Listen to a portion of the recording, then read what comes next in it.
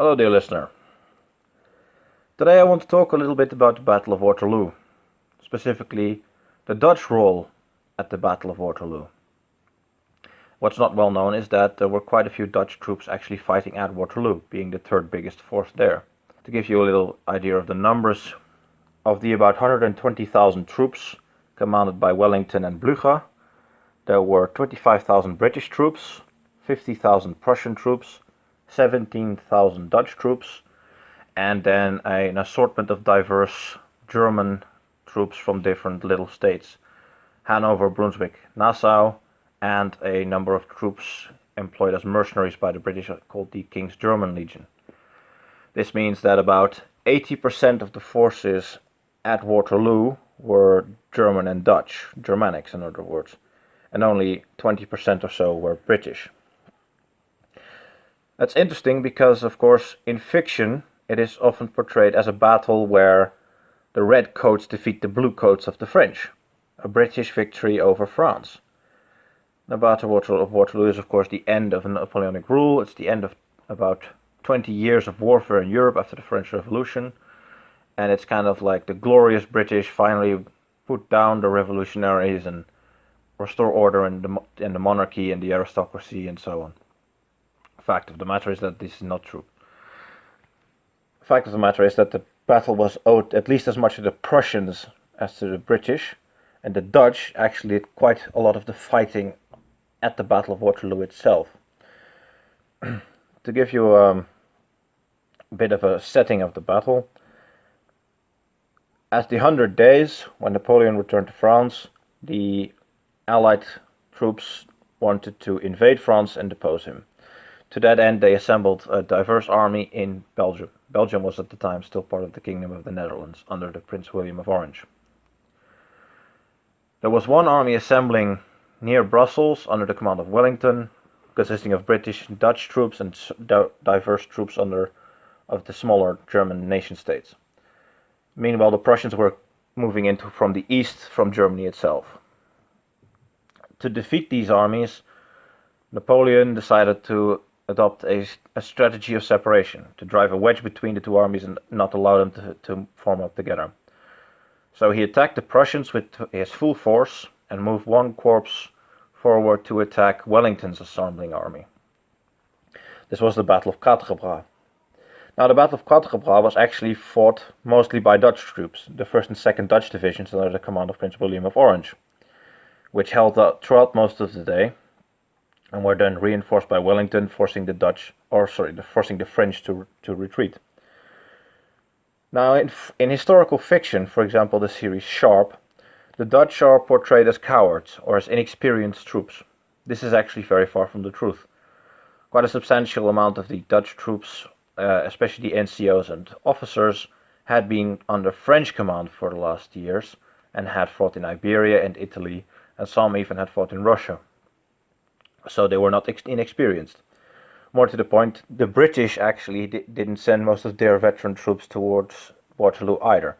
Only 7,000 of the 25,000 British troops were veterans. The rest of the British army had been deployed toward North America to fight the 1812 war and to fight in other theaters. So most of the British troops were as green as the greenest Dutch troops.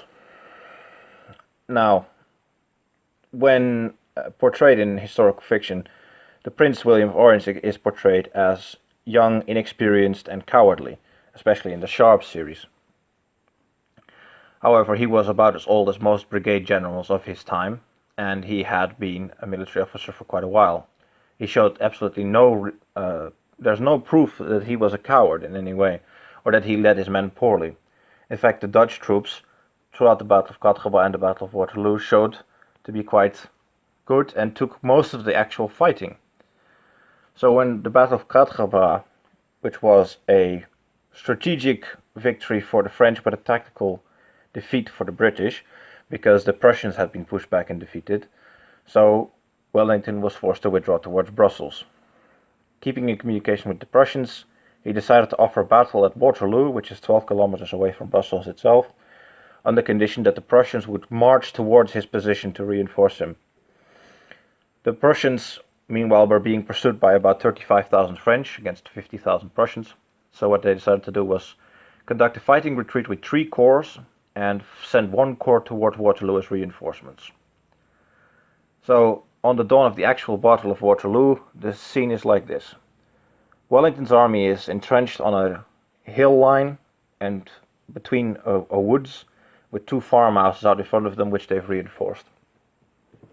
Napoleon, meanwhile, intends to break Wellington's army before the Prussians can arrive to reinforce them, because then he would have a significant numerical disadvantage.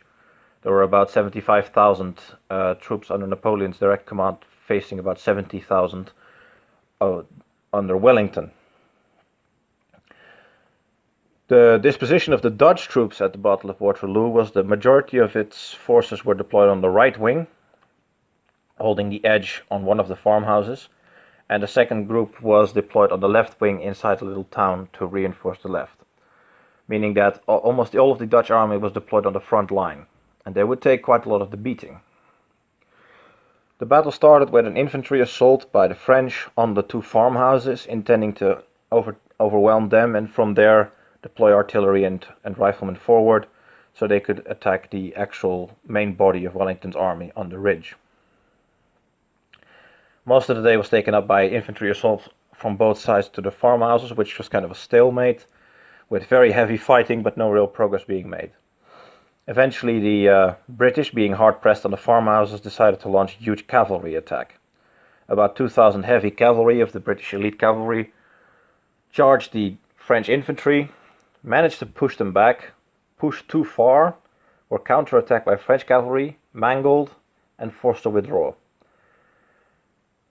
Subsequently, the French decided to launch their own cavalry attack, this time with about 9,000 cavalry from all branches, heavy and light, storming past the farmhouses and attacking the main British infantry corps, which was forced to move into squares. At this time, the only way to defend yourself against cavalry was to form into squares and present 4 deep rows of bayonets.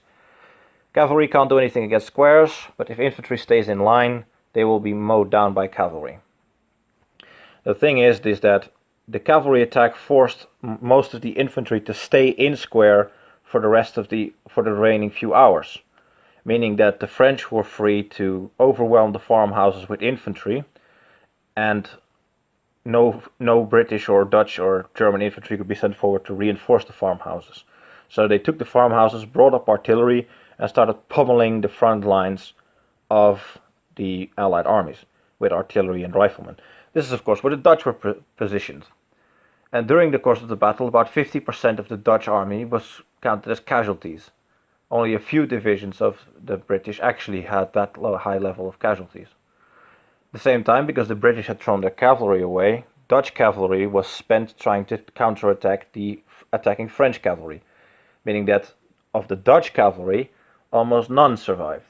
Almost all of the Dutch cavalry was wasted away trying to repulse French cavalry, which there was no British cavalry left to try and repulse.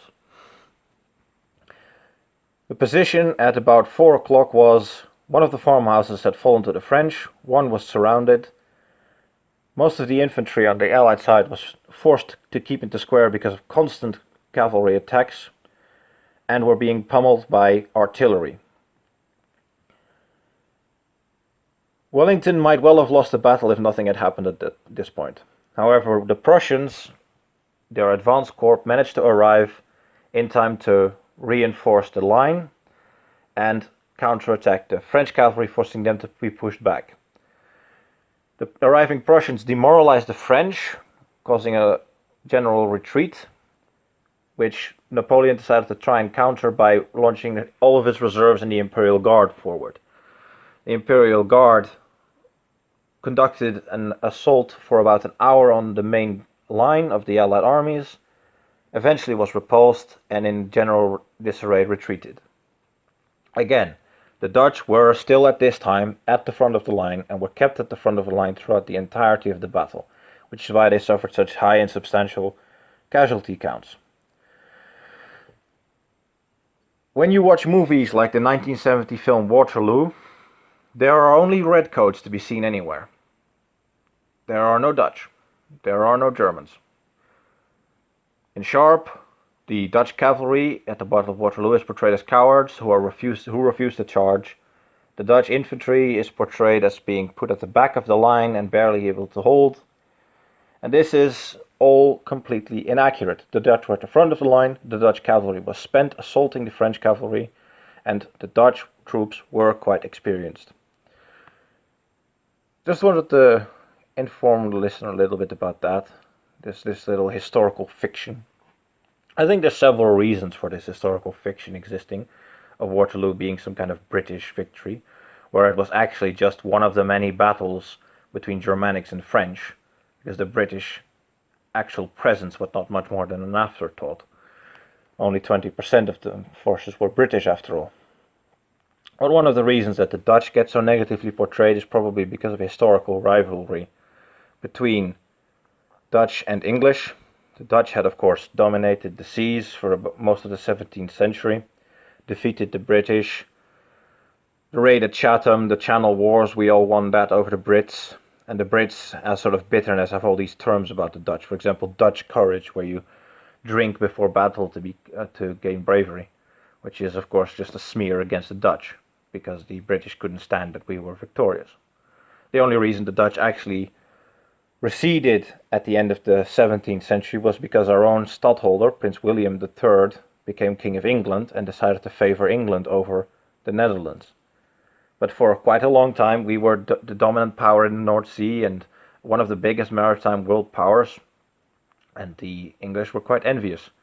And that's one of the reasons I think that still, even today, Dutch participations in the wars against Napoleon is portrayed negatively by the Anglo-Saxon historiographical world. A reason that the Germans and Dutch in general aren't mentioned so much and this is portrayed as a general British victory is, I think, because of the Second World War. Because the British couldn't stand the idea that it was actually substantial amounts of Germans who fought and won that battle, and which is for the same reason you often don't see much of the Prussians mentioned. The Prussians are mentioned sometimes, but most of the time it is portrayed as a sheer British victory and that it looks like as if there were just redcoats present at that battle. It's all a historical fiction.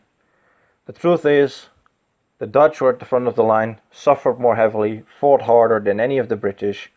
The British made tactical blunders, forcing the Dutch cavalry to be spent unnecessarily, and really it was the arrival of the Prussians that eventually defeated the French. If not for the Prussians, the British would have lost.